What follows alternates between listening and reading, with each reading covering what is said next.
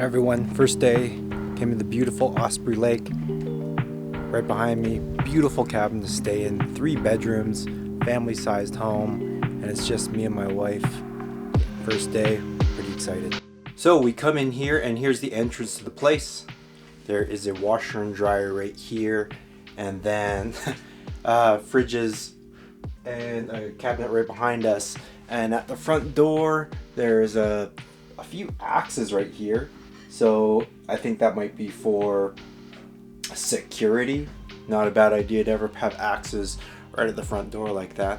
So we come in this main hallway area here, and then there is just a small bathroom here. Nicely decorated, very cozy. Bear pictures on the wall.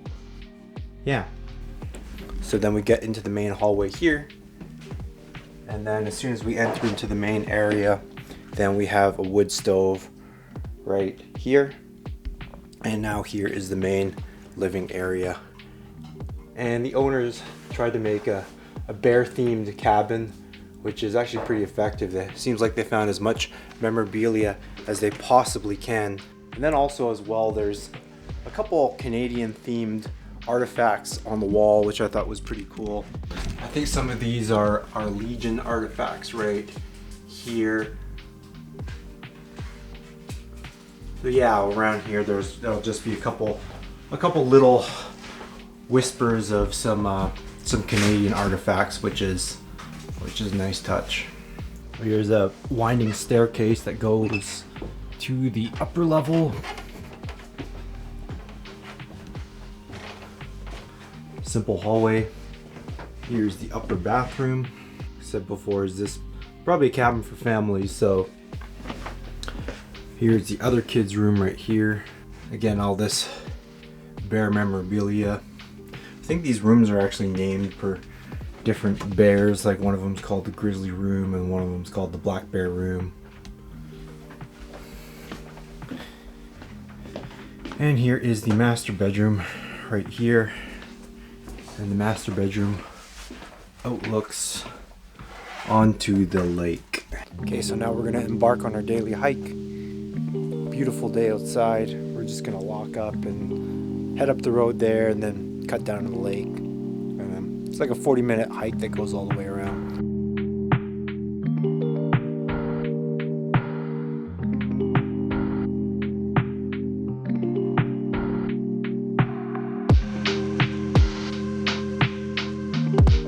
So we kind of got a bit lost in our way here. So we're coming back to the main road here, and we're just walking back to our cabin. And here is the backside of the house here. Here's the balcony, trailer set up.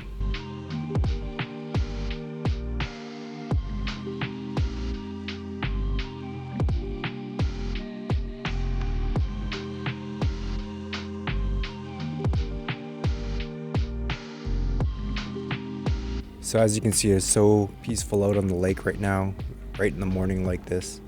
Beautiful view of the mountains behind me. We're gonna hike these mountains a little bit later, but this is kind of like the perfect West Coast Canadian experience.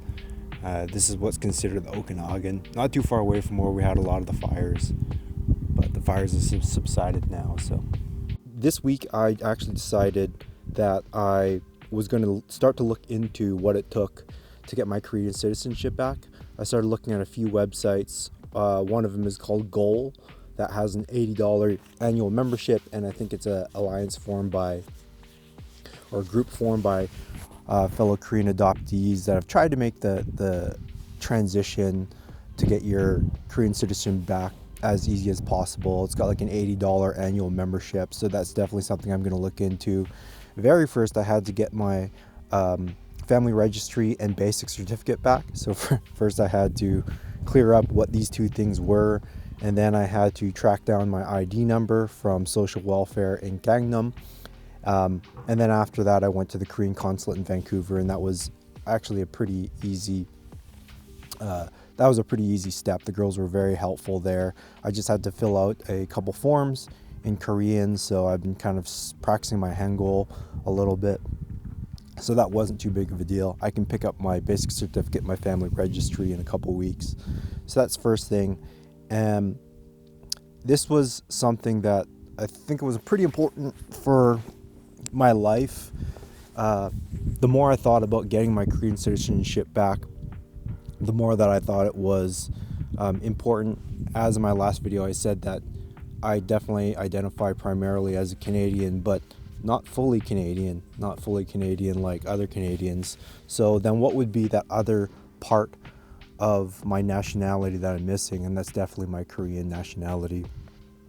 So as adoptees, we are allowed dual citizenship. And before anyone jumps in and says, well, that's not fair that you get dual citizenship, well, it's not exactly fair that I was adopted in the first place, and the amount of mental attention it's sort of eaten up throughout my life to be adopted. So I think that this was a very fair gesture on behalf of Korea to reinstate adoptees with their dual citizenship. So this is our last night here before we go home. Beautiful night out tonight, really calm. We're just gonna hang out, have a tea, overlook the lake, and that'll be it for the night.